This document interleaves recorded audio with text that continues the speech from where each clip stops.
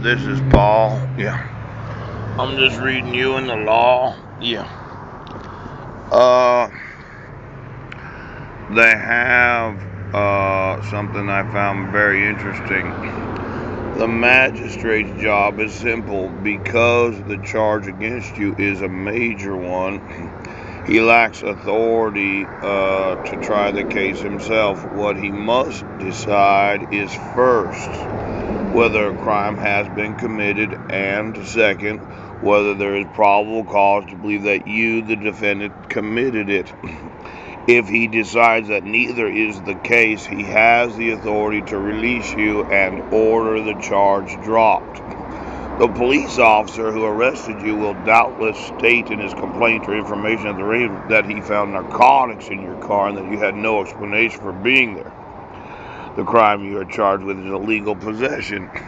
So a magistrate has first what he must, whether a crime has been committed, and second, whether there's probable cause to believe that you committed it.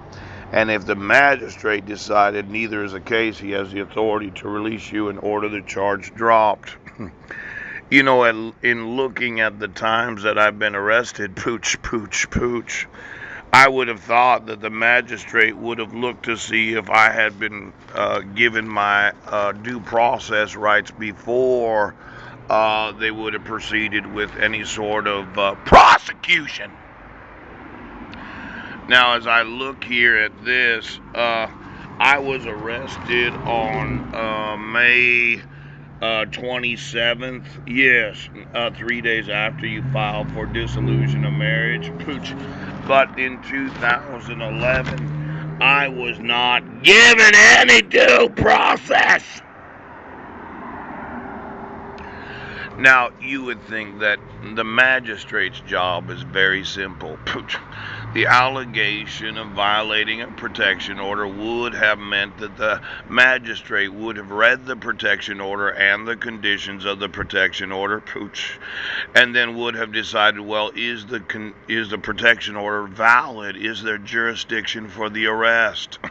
Now, as I remember it, in 2012, it was Rick Porter was the magistrate.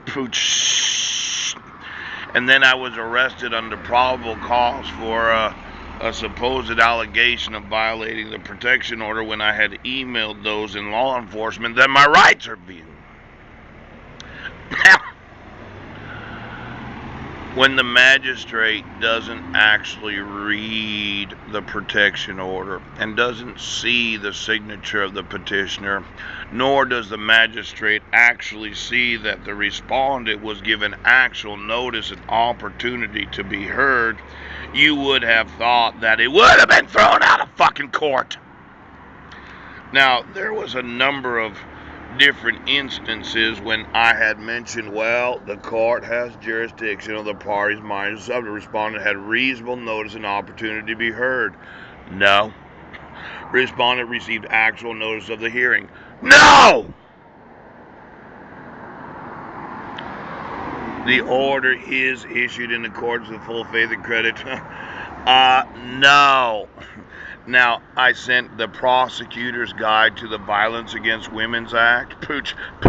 There are two required criteria. Number one, you have to have jurisdiction. Can you have jurisdiction when there is no signature of the respondent? No! So, each time that there was a probable cause arrest because I was not served or given notice or opportunity to be heard in 2011, shouldn't the magistrate have realized that the respondent's rights were not protected? Pooch!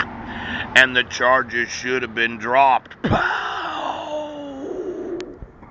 Now, in 2016, when I was arrested on January 4th after communicating with law enforcement, shouldn't the magistrate, I think again it might have been Rick Porter, I'm not quite sure, I can look on the various documents, that you should have dropped the charges at that fucking moment. Now, as I understand it, probable cause that you, the defendant, committed the crime. Pooch. If he decides that neither is the case, he has the authority to release you and order the charge dropped. There seemed to be this question about jurisdiction. If you have the jurisdiction to hear a case, don't you have the jurisdiction to remove the fucking protection order? I think you do. Now, as the defendant in a number of court cases where I went to jail numerous times, somebody thinks that I'm not the victim when I really am the victim. And when I said, when I get my sons and I want them right now, you better give me a big fucking check. Understood.